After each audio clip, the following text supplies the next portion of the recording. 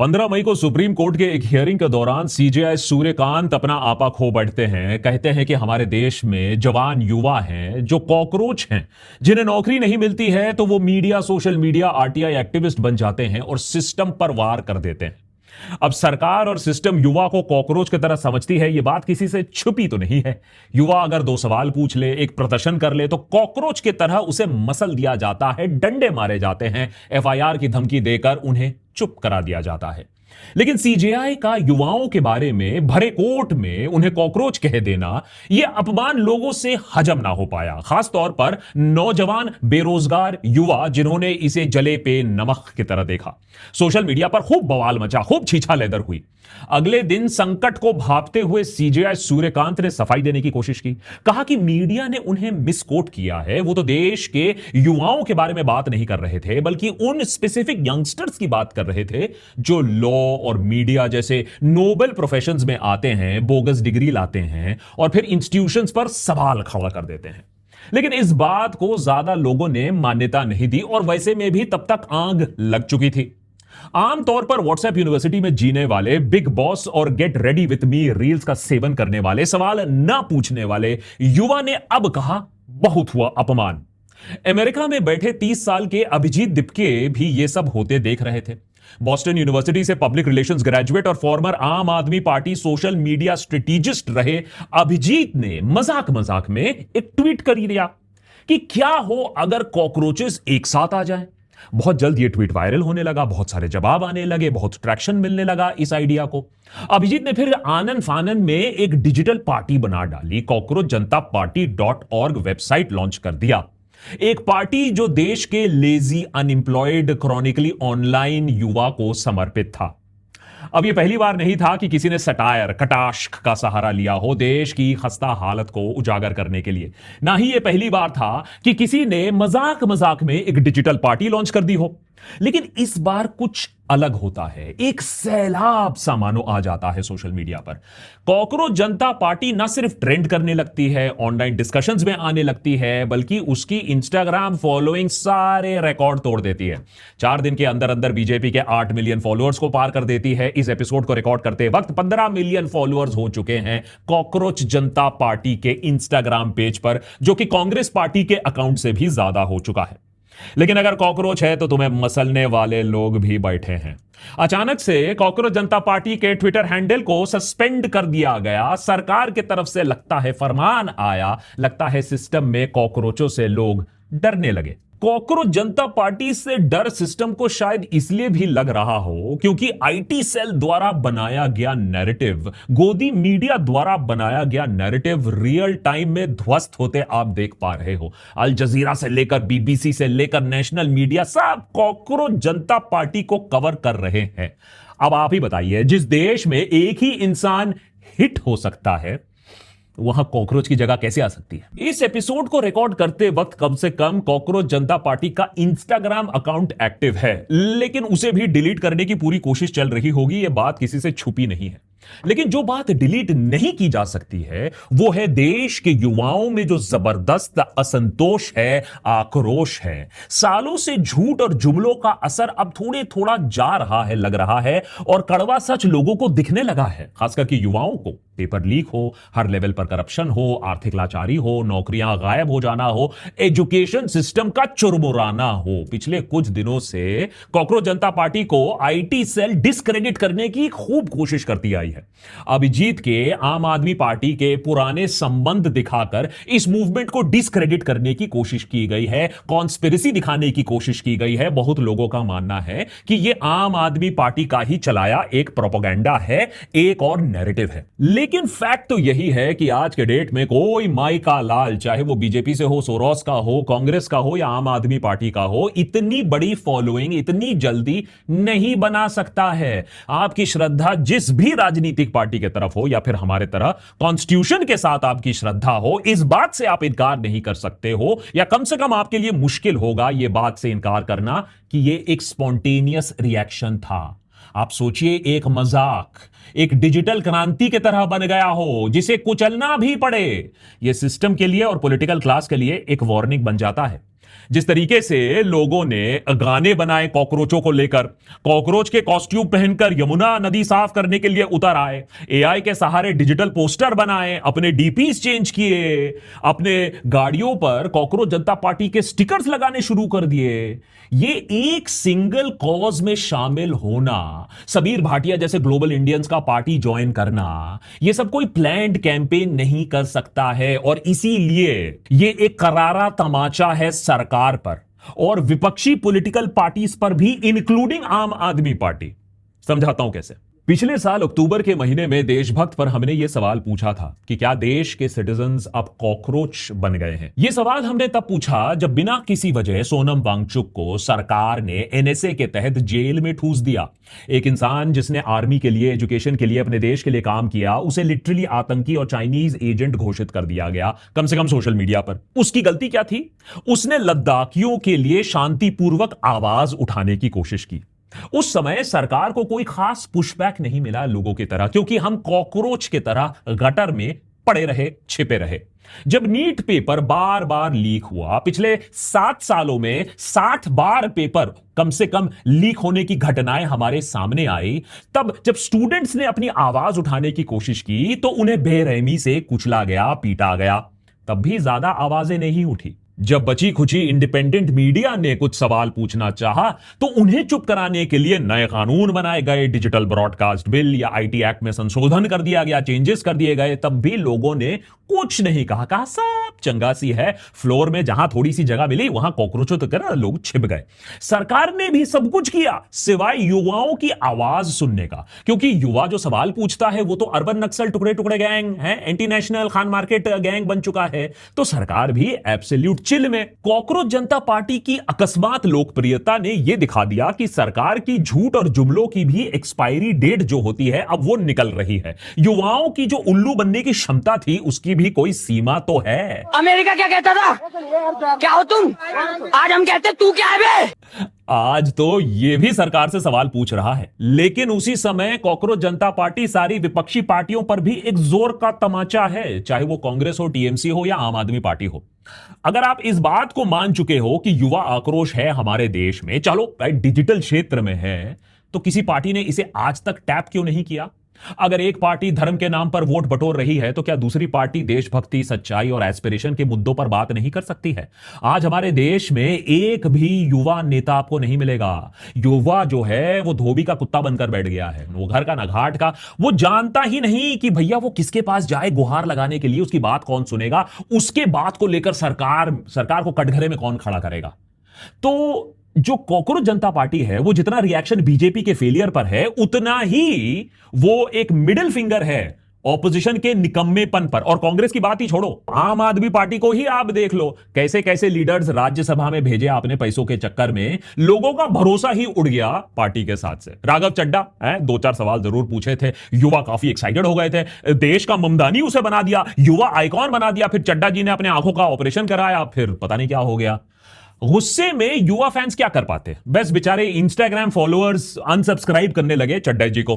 गुस्सा political system से है और होना भी चाहिए। यही चीज हमने बांग्लादेश और नेपाल में भी देखा था, श्रीलंका में भी देखा था। एक पॉइंट आता है जब युवा इतना हताश हो जाता है पूरे सिस्टम से, पार्टी विशेष से नहीं, पूरे पॉलिटिकल सिस्टम से, कि उसे उखाड़ फेंकने की कोशिश करता है। नेपाल और बांग्लादेश में जबरदस्त उथल पुथल हमने देखा, नई सरकारें भी आई। बाय द वे आज वो देश अपने पहले सिचुएशन से काफी बेटर हैं and they are more democratic also. हमारे देश में भी युवा अभी इसी तरीके से सिस्टम से हताश होता दिख रहा है और आने वाले आर्थिक संकट में ये हालात और बिगड़ने वाले हैं। लेकिन कॉकरोच जनता पार्टी का मानना है कि भारत में चीजें शांतिपूर्वक तरीके से होंगी, डेमोक्रेटिक तरीके से होंगी। कॉकरोच जनता पार्टी को जो समर्थन मिला है, जैसे उसे बंद करवाने की कोशिश की गई है, उससे बात साफ है कि 12 साल के बाद हम एक टिपिंग पॉइंट पर आ चुके हैं। आप सोच के देखो, 5 साल पहले यही चीज अगर किया जाता, सिर्फ 5 साल पहले या 4 साल पहले यह चीज किया जाता, ये इनिशिएटिव बनाया जाता, लोग इसका मजाक बनाते और अपने अपने घर निकल लेते, अपने अपने काम में व्यस्त हो जाते।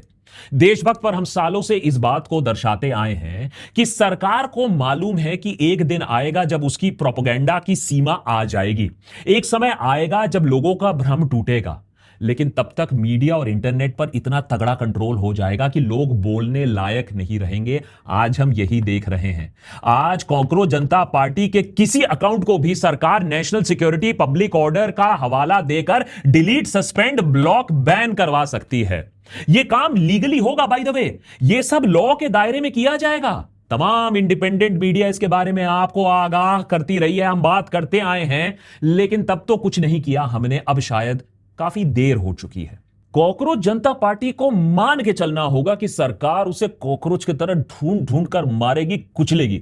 लेकिन यही तो कॉकरोचों की खासियत भी होती है, एक मारो 5 और आ जाते हैं। अरे कॉकरोच तो न्यूक्लियर अटैक से भी बच सकते हैं, ये तो सिर्फ इंसान है इनके सामने।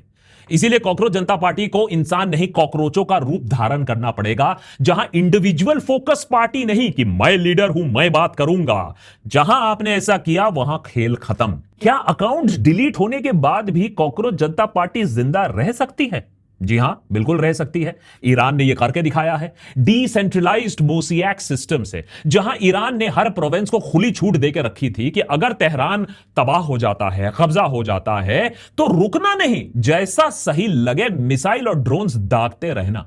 ठीक उसी तरह हर दूसरे स्टेट में आज के डेट में कॉकरोच जनता पार्टी के नए नए हैंडल्स बन रहे हैं। लोग अपने आप को पार्टी के अलग अलग पोस्ट दे रहे हैं, अपने अपने मैनिफेस्टो तक जारी कर रहे हैं। लेकिन आप तो बोलोगे ये पार्टी तो है नहीं, ये तो बस एक सोच बनकर रह गई। ये सिस्टम कहां है, कंट्रोल कहां है? नहीं है, मैं भी मानता हूं नहीं है। लेकिन एक पार्टी को मारना बहुत आसान होता है, एक अकाउंट को डिलीट करना बहुत आसान होता है, सोच को मारना बहुत मुश्किल होता है। और अगर इसी सोच से दूसरे पार्टीज प्रेरणा ले लेते हैं, लोग जागरूक हो जाते हैं, तो कॉकरोच जनता पार्टी अपने आप जीत गई, सक्सेसफुल हो गई। लेकिन इसके लिए फाउंडर्स को पीछे हटना होगा, कॉकरोच जनता पार्टी के सोच को आगे रखना होगा, इनोवेटिव पॉलिटिकल कैंपेन्स और स्ट्रेटजी से सरकार को नोटिस पर डालना होगा। यह आसान काम नहीं है, लेकिन रास्ता भी कोई और नहीं है। कॉकरोच जनता पार्टी के मैनिफेस्टो को आप देख लीजिए। उनके मेन मैनिफेस्टो में 5 पॉइंट्स उन्होंने रिलीज किए। नंबर 1 कि कभी भी चीफ जस्टिस ऑफ इंडिया को राज्यसभा की सीट नहीं मिलेगी रिटायरमेंट के बाद। अच्छी आइडिया है। मैं तो बोलूंगा मिलिट्री लीडरशिप, इलेक्शन कमीशन, सबको यह आइडिया होना चाहिए, भैया कोई सरकारी आपको पोस्ट नहीं मिलेगा, कोई लॉलीपॉप नहीं मिलेगा। Number 2 point on the manifesto, अगर इलेक्शन कमीशन लेजिटिमेट वोटर्स को डिलीट करती है किसी इलेक्शन से पहले, तो यूएपीए के तहत गिरफ्तारी हो जाएगी, क्योंकि यह भी टेररिज्म है, लोगों का वोटिंग राइट छीनना।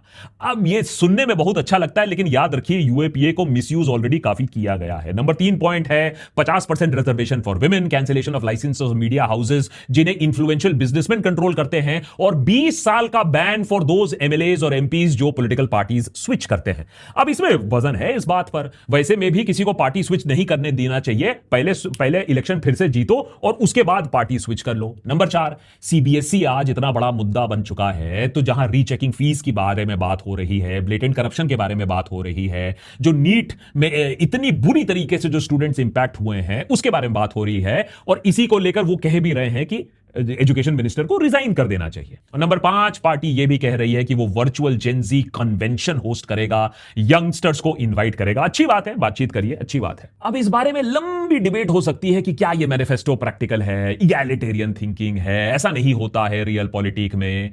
इसके जवाब में मैं आपसे पूछूंगा कि अच्छा आप मुझे बता दो कि कांग्रेस के क्या 5 मेन पॉइंट्स हैं। If Congress comes to power in 2029, तो राहुल गांधी 5 ऐसी चीजें क्या करेंगे जिससे मुझे भी मन हो कि हां यार कांग्रेस अच्छा काम करेगा, मैं वोट दूंगा।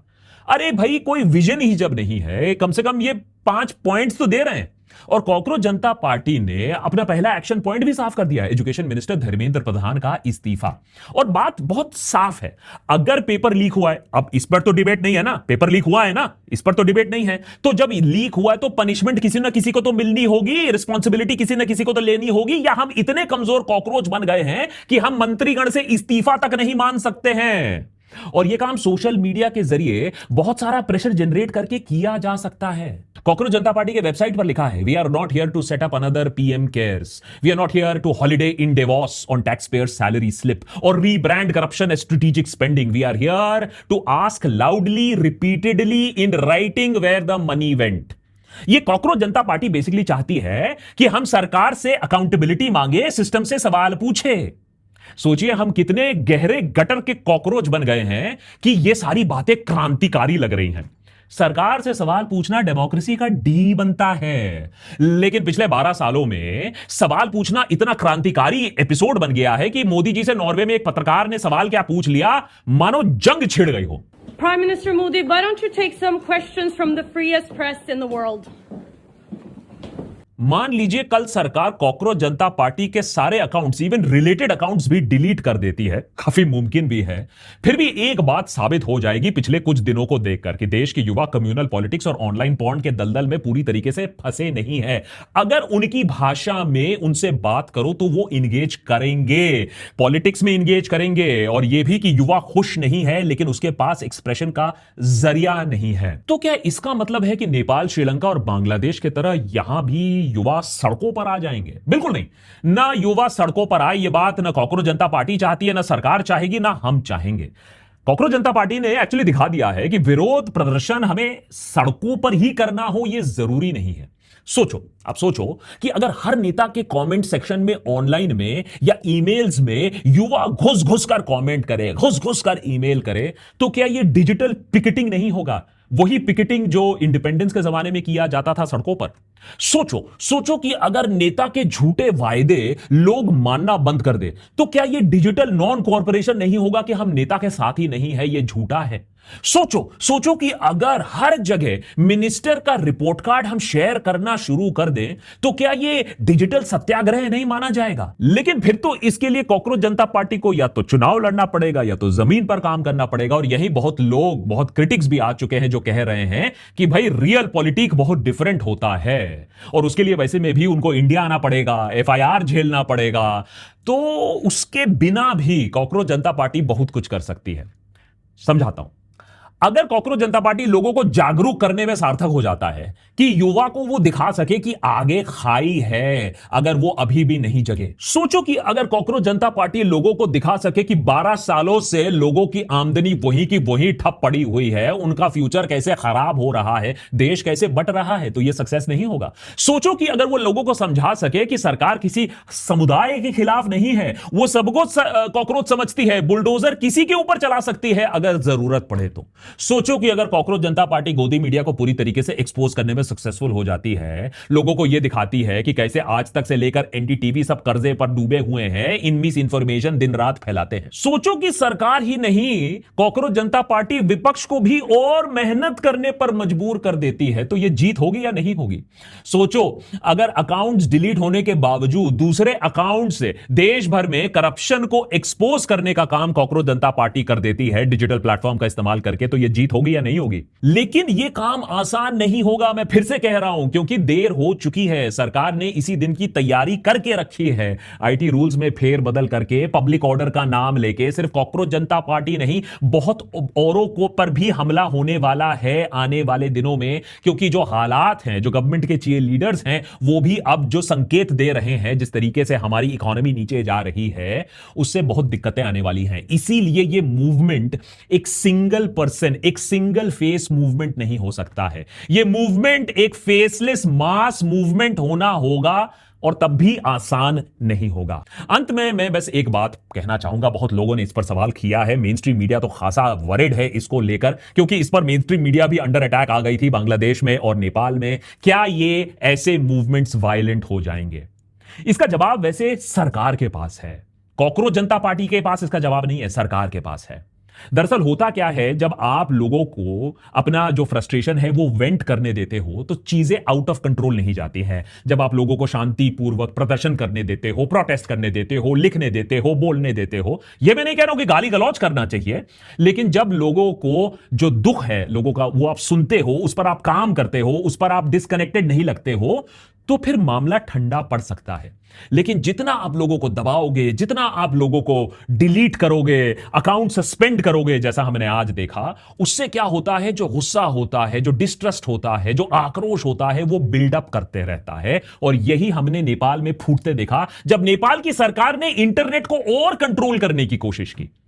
तो मामला ऐसा हो गया है कि अब सरकार को डिसाइड करना होगा कि कितना और कॉकरोचों को कुचलना है, कितना और लोगों को रौंदना है, या फिर उनकी बात सुननी है चैन से बैठकर। अगर सरकार सुनती है तो मेरे ख्याल से हमारे देश में कभी भी कोई भी ऐसी अनटूवर्ड इंसिडेंट नहीं होगा जो नेपाल और बांग्लादेश में हुआ है। तो सरकार को यह डिसाइड करना है कि क्या वो शांतिपूर्वक लोगों को बात करने देगी, वेंट करने देगी, या सारी जो चीजें हैं, जो सच है, उसको दबाकर दफना कर एक दिन विस्फोटक रिएक्शन के लिए तैयारी करेगी।